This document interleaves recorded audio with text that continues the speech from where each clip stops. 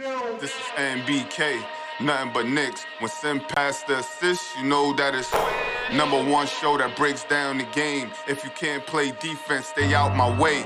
Dribble the ball, come down the lane. 5 seconds on the shot clock, who gon' win us the game? You wanna hear Nick updates and trade rumors? Post-game reviews, this the place you tune in. So tell a friend just to keep the ball moving. Like the page if you feeling the movement. Every game we coming to win. Give us a sub like a player that came off the bench. This is NBK, nothing but Knicks.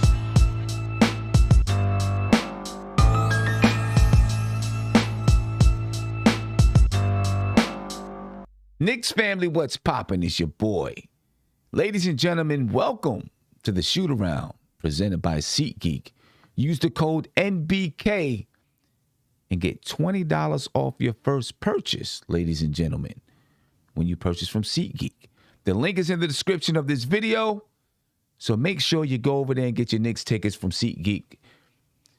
We got a lot to talk about in a short period of time, but we got a lot to talk about. I'm here with Andy, and we're going to start breaking down some stuff, ladies and gentlemen, so let's get right into it.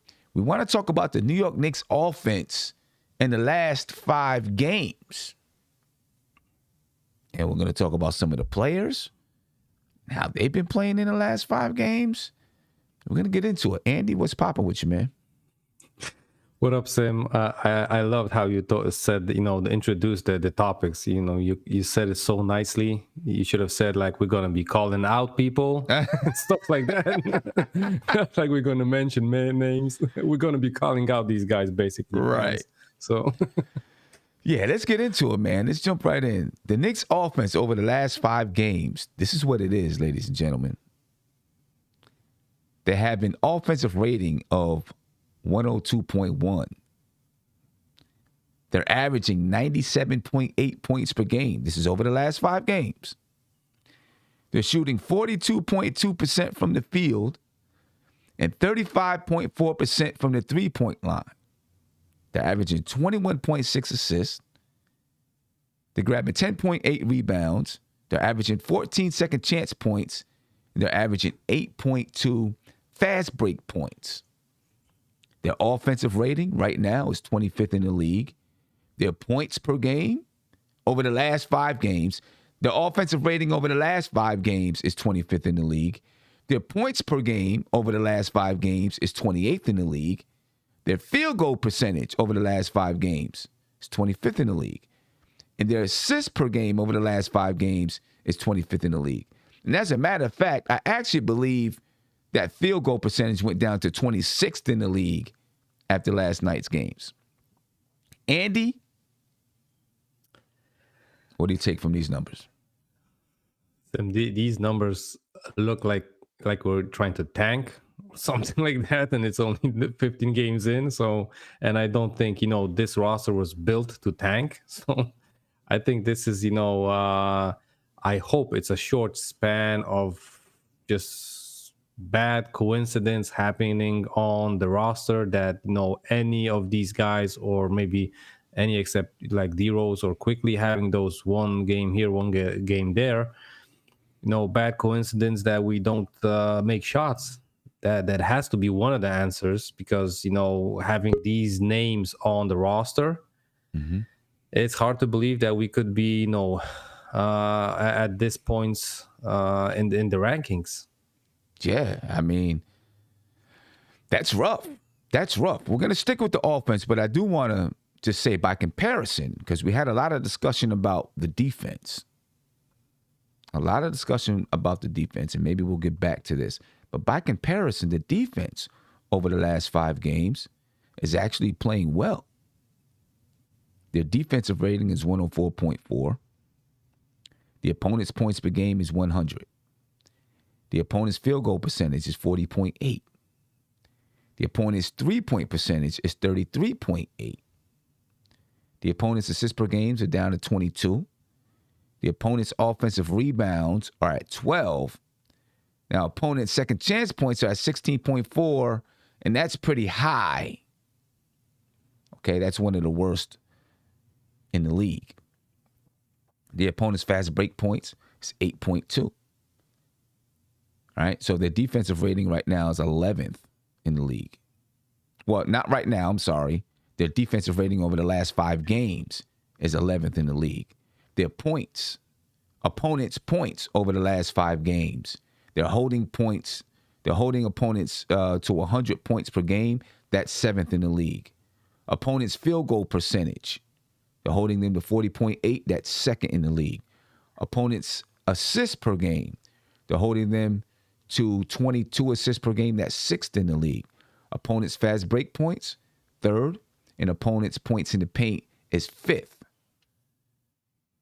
The defense is doing its job. They're still giving up a lot of second chance points. And of course, teams, are shooting a lot of threes against us, but that field goal percentage is down. Right now, because we're not scoring the basketball, we have a net rating of like a negative 2.8. Something like that. Like a negative 2.8. But that's our defense over there. So this looks a lot like last year. Playing some defense, but we can't score the basketball. I don't know. What is your take on all of this, man?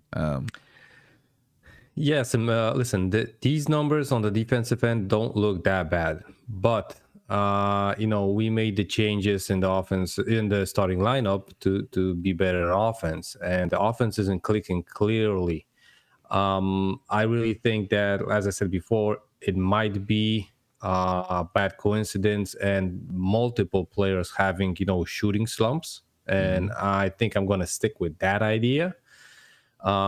Offensively, of course, the offense isn't run perfectly, but I think it's way easier to maybe even get that cohesion on the defensive end than get it on the offensive end. And with the situation that like we have, that our main shooting guard in Evan Fournier isn't making buckets, and he has wide open shots, he's just not making them. So, that might be the thing that's really, dipping these numbers several positions, because we have the open looks, we're just not making them. And, one day this is going to turn around. Let's hope it's going to be really soon rather than, later. What do you attribute to them not making? Why are they not making these shots? They're getting open shots. Why are they not making them? Yeah, they're getting open shots, like you said, Sim. Listen, first thing that pops into a fan's mind might be that Thibs is, playing, practicing so much defense that these guys just aren't in the rhythm. We don't know. Fournier might have been in a rhythm that he's, practicing way more offense than spending time on defense. Meanwhile, Thibs is his priority set on the defensive end first, then on the offense. So listen, he might not be getting up that many shots. We heard this season after the first game that he was shooting poorly, that he was there with the rookies, with the guys that didn't play much, taking shots after games, or like in the morning practice shoot arounds. He was staying later with those guys. So listen, I really think that it might be several things, but the first thing that pops into my mind that maybe not Kemba, but because Kemba, we might attribute that to his injury history and stuff like that. But I think Fournier might have been really spending more time practicing the offense than the defense. And with it, it's going to be defense first and the offense later. So he might be working too hard for Fournier on the defensive aspects than in the offense. You saying Tiz like you might be running before, Fournier on the defensive end more than he would like. I mean, if Evan would like. Right. I mean, and like you said, it could be in general that he's focusing so much on the defense because we started off defensively, we weren't really good, and we're still struggling in a lot of areas defensively. Yeah. Right. So it's not like we've fixed the defense. There's still a lot of areas we've got to work on. Our perimeter defense isn't great. we allow teams to get offensive rebounds, which allows teams to get second chance points. That's not great, right? So there's a lot of things we got to work on. Last game against the Magic, we turned the ball over 18 times. Now, normally we're a team that takes care of the basketball, but on that night, we were terrible taking care of the basketball. And it was a big reason why we lost the basketball game. Now, I have some more numbers for you and for everybody.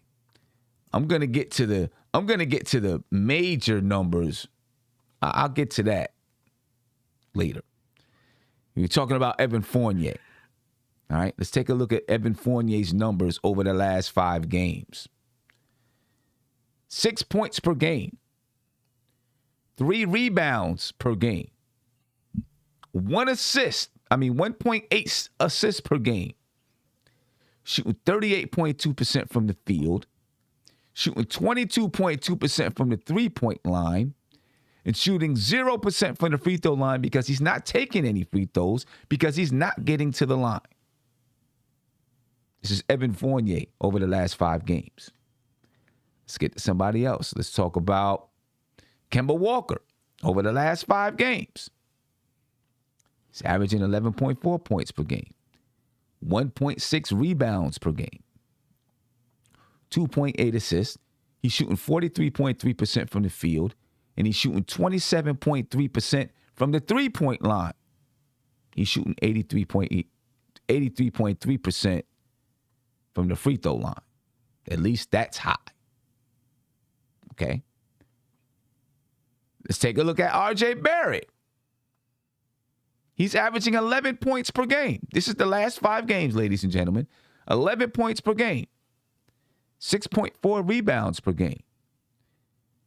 2.2 assists per game. He's shooting 30.4% from the field, and he's shooting 22.2% from the three-point line and 70% from the free throw line. Andy, 3 players in a row that I just named there, 3 players are shooting over the last 5 games below 30% from the three-point line, and 2 of them are at 22%. And I didn't make a mistake, ladies and gentlemen. I didn't make a mistake. Over the last 5 games, R.J. Barrett is shooting 22.2% from the three-point line, and Evan Fournier is also shooting 22.2% from the three-point line, and Kemba Walker is shooting 27.3% from the three-point line, and all of these guys are starters. And Sim, just to add to this stat, we got to remember that our for around like 95 shots that the Knicks take per game, we are like 40 couple, so we're like 50% of our shots are from 3, and shooting with 20 couple of percent is not gonna cut it. We're shooting 3s. Yep. I don't know. Do you attribute this just to the familiarity? They're not familiar with each other. Is there something more going on? Maybe they are have been focusing so much on the defensive side that they just can't get it together offensively. I don't know. You tell me.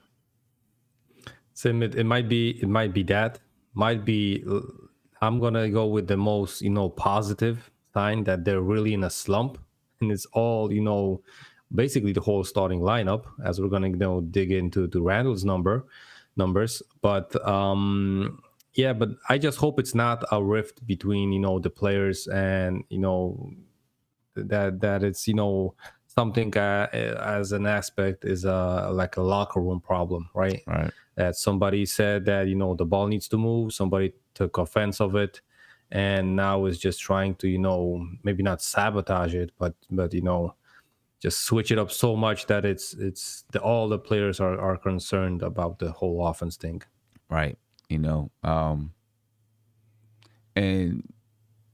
there were a lot of people that pointed things out. Like they said, I can look at the starters and see that they're not happy about the bench, playing so well because they hear all of this chatter about the bench this, the bench that. Do you think that has anything to do with players maybe being a little bit disgruntled? As soon as the starters weren't playing well, everyone's all over the bench like, hey, the bench is playing great. We should start the bench, da-da-da. Do you think, the players hear the chatter. You think that, do you think there's any animosity between the two units? I'm pretty sure they scrimmaged in practice, and the second unit might be getting the best of them. Yes, but that there's one simple solution for that. Just make them buckets. Nothing else. You don't have to do nothing else. You have the same offense tactics. You have the same defense tactics. The same principles here and there. One unit just has to make the shots. Yeah, there's no doubt about it. Now let's get to the cherry on top. Okay, let's get to the cherry on top. I see Sim. I already see the chat. Asking about it, Sim. Everybody's asking about. Oh, you're just gonna leave out Julius Randle? I didn't see the chat, but is that what they're saying? You're just gonna leave out Julius Randle like that? You're not gonna talk about Julius Randle, right? That's what they're saying. See, you just be patient, ladies and gentlemen. We're gonna get to Julius Randle. Julius Randle, over the last 5 games, 16.2 points per game. 8.2 rebounds per game, 3.4 assists per game. His field goal percentage, 38.3%. His 3-point field goal percentage, 36.8%. His free throw percentage, and he's at 45.5%. Now, this is a guy that normally shoots about 80% from the free throw line. 45.5% over the last 5 games. Let's put some more on there. Let's add some more to this. His field goal attempts over the last 5 games, 16.2. 8.6 of his field goal attempts are in 2-point range. 7.6 of his field goal attempts are from 3. Now, he's shooting 37%. I get it. You can shoot it. But 40% of your shots are coming from 3? Especially this. When we just looked at R.J. Barrett, Kemba Walker, and Evan Fournier over the last 5 games, all of these guys are shooting below 30% from the 3-point line. This would tell you, hey, maybe we need to try to find some buckets inside. Maybe we need to get close to the rim and score. Now, the Knicks over the last 5 games, 28 of their total shot attempts have come at the rim, which is more than any other shot attempt. 28 at the rim, and then the next in line is 18 from the 3-point line. Everything else is in the middle. But if you're not shooting well, I would think even a higher percentage is you're going to try to get him at the rim. And he's your best player to get to the rim and score at the rim. Like 2.5. He takes about over these last 5 games, he's taken like 2.5 shot attempts at the rim, like under 5 feet. 2.5 shot attempts. It's not enough. Not enough. Now, let's add some more to it, ladies and gentlemen. In the 4th quarter, Julius Randle was taking 1.5 shot attempts. Over the last 5 games, in the 4th quarter, 1.5 shot attempts. He's averaging 2.8 points per game in the 4th quarter over the last 5 games. And he's taking 1 free throw a game over the last 5 games in the 4th quarter. And he's not shooting well taking that free throw.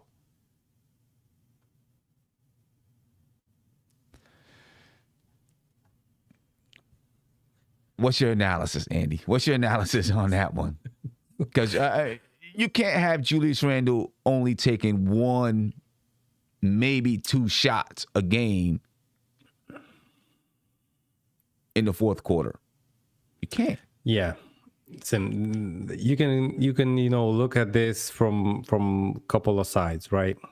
First thing that comes into my mind is that low attempt and low scoring in the 4th quarter is actually because he's not getting minutes in the fourth quarter because he's playing the whole game so bad that Tibbs is sitting him on the bench. So, that might be one solution. But the other thing is going back to the shot selection of his, that he's taking 40% of his shots are 3-pointers. For a power forward like Julius is, that has an offense inside and closer to the hoop, that tells me that he's really not interested in playing aggressive basketball and trying harder to get the points scored closer to the rim. Right. I understand it's nice, easy, and it's you're gonna have a great ovation if you hit a three instead of a hard bucket made closer to the rim, and it counts for 3, not for 2. But if you're shooting that kind of a percentage as a team and as himself as the leader of this team, like you said, you gotta try something else to get this offense clicking. So for me, that's the other thing, and this might be also attributed to lack of aggressiveness. Actually, he might just not want to bang it. And listen, Sim, last game, as you pointed out on the post game, for his 11 shots, 10 were threes. Right. It's like we said before, we popped on the show. This is some Kobe treatment, man. You don't do that. Listen, I could have gone on the court and take 10 threes at 11 shots because I'm afraid that these guys are gonna run through me. But listen, him with his stature and build, I think this is unacceptable. So yeah, someone said on the last post game or whatever that Julius Randle was giving him the Kobe treatment. Do you think that's what he's doing? Yeah, listen, at the last game, it might have been that. I mean, do you think there were complaints like people saying, "Hey, you're shooting too much, or you're ISOing, or whatever it is," and he's like, "Okay, let's see what y'all can do without me." Yeah, because look, that might have been in the fourth quarter. Right now, over the last 5 games, not right now, but not overall, but over the last 5 games, Alec Burks has been the leader in shot attempts for the Knicks in the fourth quarter. He's the leader in points for the Knicks in the fourth quarter. Alec Burks is averaging 7.6 points per game. Over the last 5 games, 7.6 points per game, taking 5.4 attempts, averaging 48% from the field, and he's averaging 52.9% from the three-point line in the fourth quarter over the last 5 games. That's Alec Burks. The next player with the most shot attempts is RJ Barrett with 4.3 shot attempts. And he's averaging 4.3 points in the fourth quarter. Obi Toppin is after RJ Barrett, 4.2 shot attempts per game, and he's averaging 5.2 points in the fourth quarter over the last 5 games. Then you got Derrick Rose. He's averaging 4 points in the fourth quarter over the last 5 games, 3.8 shot attempts. Emmanuel Quickly's averaging 4 points over the last 5 games with 3.2 shot attempts. Kemba Walker, he's averaging 1.5 points in the fourth quarter with 2.5 shot attempts, and Julius Randle's averaging 2.8 points in the fourth quarter with 1.5 shot attempts per game over the last 5 games in the fourth quarter. That's not going to work, and you wonder why we're only averaging 98 points per game, and not able to pull out these games and losing games. I think you can point to that right there. True. I think you can and point Sim, to that. just to be clear, we're not calling for Julius to be traded. Right. We just want him to play a little bit better. Right. Small steps, a little bit, tad by tad, game by game. Right. We're not saying trade him or nothing like that. We're just pointing out the numbers. These are the numbers that are there. We're just pointing out those numbers. Now, Alec Burks. We just talked about Alec Burks and his play over the last 5 games. Right? And over the last 5 games, he's been the guy in the fourth quarter. Right? But he's also averaging 11.4 points per game. He's shooting 39% from the field. He's shooting 39% from the three-point line. Right? His play is ticking upwards from what it was, the first few games of the season. Well, on the Knicks Twitter page, Alec Burks was spotted with a blue jersey. All right, let me see if I got that up here. Maybe I don't got it up. There we go. There he is. Spotted with a blue jersey. The blue jersey is normally reserved for the starters, ladies and gentlemen. Andy, is Alec Burks being inserted into the starting lineup? This is a really long topic, Sim. But, to make it short, listen, if he is put it in the starting lineup, it's probably for Evan Fournier. Mm-hmm. It might benefit both sides, Burks and Fournier, because Fournier would have an easier, way to play with the second unit to, get back to his groove. Then again, this might be, an answer to our current, situation. Then again, it's Tibbs, man. It's really hard to see Tibbs pulling a move this soon in the season, man. We saw, Alfred Payton playing the whole season, and he did it in the first round of the playoffs. So, switching up, at this point of the season is kind of hard to see and predict from a coach like Tibbs. He might be feeling a little desperate right now. He might be feeling the pressure right now. He might be feeling it. I don't know. Ladies and gentlemen, we're going to listen to some of Tom Thibodeau. See what he said. He had a press conference after practice. Let's see if he talks about the starters and maybe Alec Burks ends up in this starting unit. Maybe he's ready to make a move, make a change. And if that's the case this early in the season, it doesn't point well for... I can't see him taking RJ out of the starting lineup. RJ's been productive defensively, rebounding the basketball. So he may not be shooting well, but he's been productive. Fournier hasn't really been productive especially over the last 5 games.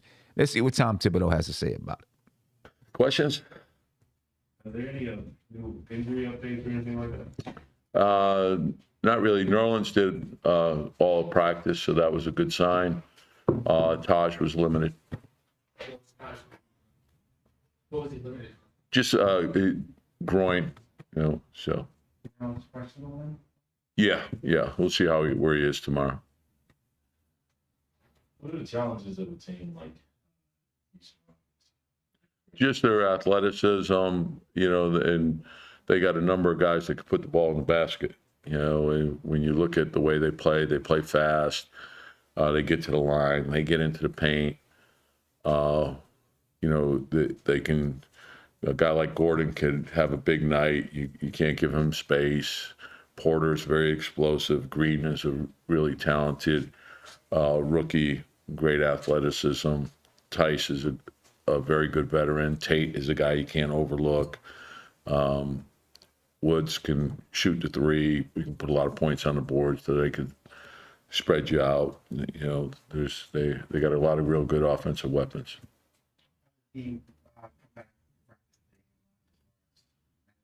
Good. They're going to come in and work, and that's the character of the team is strong. So just come in, and hopefully you learn, you grow, and you concentrate on what we have to fix.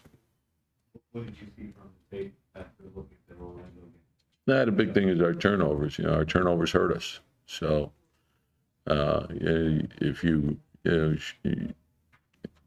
should win a game like that. You hold the team to 41%, but we gave them second shots, so the rebounding wasn't good, and our turnovers hurt us. So we have to fix that. But for the most part, we've been a low turnover team all year. So just understand what goes into winning, what goes into losing, and then fix the things that we have to fix, And so overall, we're 15 games in, and there's some things that we're doing real well and some things that we're not doing as well as we need to or would like to. So focus in on those things and let's get better, and that's where we are. Last season, Julius had a really good chemistry and connection with Reggie. Do you want to try to replicate that, or is that? Well, yeah, in fairness to everyone involved, I think after 15 games last season, no one was saying that Julius and Reggie had great chemistry. It's something that evolved over the course of the season. So I think you have to give this a chance to work out. And I think as time goes on, and I see the intent of these guys every day in practice. I see how they work. And obviously, we're disappointed with the way we played the other night, but for there's high character and there's a willingness to help each other out, which is, what you have to do. It's not an individual thing. It's a team-wide thing. So how do we help each other? And that's where the focus has to lie. When the threes are falling, no one says anything. When they're not, people think you're taking too many. How do you look at that? Yeah, the game tells you what to do. We know what the value shots are, whether, they're threes, I think, we've moved into the top 5 in threes, and that's a significant jump. And so we want to get to the line. Now the game's being called differently. So we're still one of the better teams at getting to the line, but we're not getting the calls that we got last year. So we do have to play differently. I think every team in the league is playing differently because of that. So, and the focus is on attacking the rim, making your rim reads, taking your open threes, getting to the line, and then the mid-range shot we look for it in certain situations. So there has to be a balance to it. We think that we're leaving some points on the board in transition. I think we're capable of running more than we are. Taj has always been a smart defender. He's always moved his feet very well. He was never like an elite shot blocker. Last year, he was 35 years old. He had the highest block rate of his career. And then this year, it's even higher. That's an unusual trend for somebody in their mid-30s. What is causing that? Well, I think his body position, he's got great feet and anticipation, knowledge, and I think, he plays the restricted area really well. And so the ability to play two, he's always had that ability. And you're right from the standpoint of his rim protection was more body position charges type thing. And now he's become more, he's challenging shots. He did a lot more switching earlier on in his career. And he still does some, 6 seconds or less, he's going to be in switching situations. He still has great feet. But he's always had a defensive component to him. And I think he takes a lot of pride in it as well. So he has 14 blocks this year. 10 of them, he almost always keeps them bounce. And 10 of them, you guys have gotten the ball back after blocks. That's a trend throughout his career too. What makes him so? That's very difficult. Yeah, no, and you're right. It's to me, the block shot. I believe we're second in the league in blocks, but it's to me the equivalent of forcing a turnover because it puts you off. If you keep it in bounds, it's putting you into the open floor. So the defense can't get set on that. So, I think it's huge. I think overall, just the way he sees the game, multiple effort guy, he doesn't quit on plays. Oftentimes he's giving up size, the length, but he has really, he has a great wingspan, so I think that helps him cover up a lot of things as well. You mentioned problems getting to the line, which have been, I guess, worse recently. I think the last 5 games, it's only 14 attempts a game. What do you make of that? Is that a sign of just not attacking enough, or is that? No, and that's it's a great question because you ask yourself that question. But I think when you look at it, you want to make sure that you're comparing apples to apples. Like league-wide free throw attempts are down, so it's and I think it's for the good. Like the trickery of fooling officials into calls. But I do think when a guy does make an aggressive move to the basket and he's attacking the basket and he gets hit, that should be a foul. A foul should be a foul. And so I think we have guys that are doing that are really good downhill players, and we haven't gotten the calls, but that's all part of it, and it's how we adapt. And so, we'll see how it unfolds throughout, but we knew it would be called differently. So there's things that we have to do to adapt to that. All right, ladies and gentlemen, that was Tom Thibodeau. Didn't really give us too much insight on, the Knicks offense and if there's going to be any changes or anything like that. If you want to see the rest of that video, go ahead over to the Knicks YouTube page. Check out the rest of that video. I think Evan Fournier's also been interviewed, and maybe Derrick Rose. And no, ladies and gentlemen, I'm not sponsored by the New York Knicks. It's just if I use one of their videos, it's only right that I say, go check out their videos. Don't you think that works?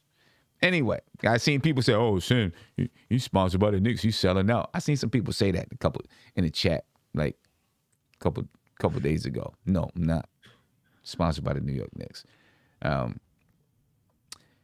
Anyway, free throw attempts, they were talking about free throw attempts. If you want to look at free throw attempts over the last 5 games, Randle, I don't know what the total number is, but Randle's averaging 2.2. No, I'm sorry, Mitchell Robinson's averaging 2.8, Randle 2.2, Nerlens Noel 2. And he's only played 1 game. RJ Barrett 2. Not a lot of guys really getting to the line much. Emmanuel Quickly's averaging 1.6. Alec Burks is averaging 1.4. Kemba Walker 1.2. Obi 1.2. If you're shooting a lot of threes the way we're shooting threes, then that means you're not going to the cup as much. And you're not going to get put on the line. You know what I mean? And then, of course, when you're shooting a lot of threes, a lot of times that comes with long rebounds. And if you don't have your rebounders in position to get those long rebounds, it's going to initiate that fast break. But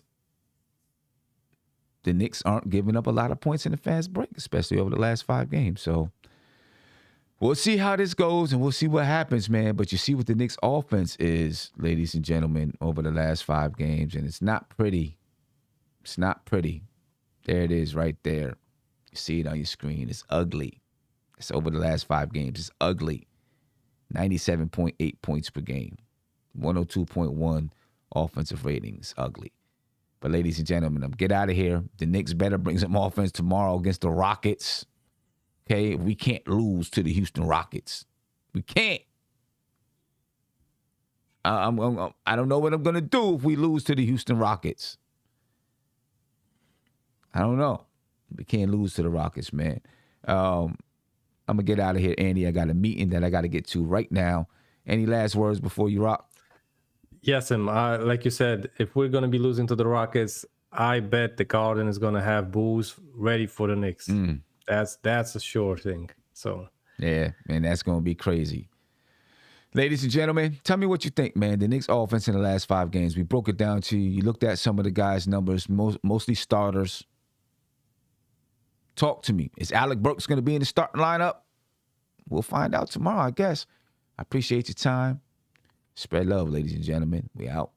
This is NBK, nothing but Knicks. When send past the assist, you know that it's #1 show that breaks down the game. If you can't play defense, stay out my way. Dribble the ball, come down the lane. 5 seconds on the shot clock. Who gon' win us the game? You wanna hear Nick updates and trade rumors? Post-game reviews, this the place to tune in. So tell a friend just to keep the ball moving. Like the page if you feeling the movement. Every game we coming to win. Give us a sub like a player that came off the bench. This is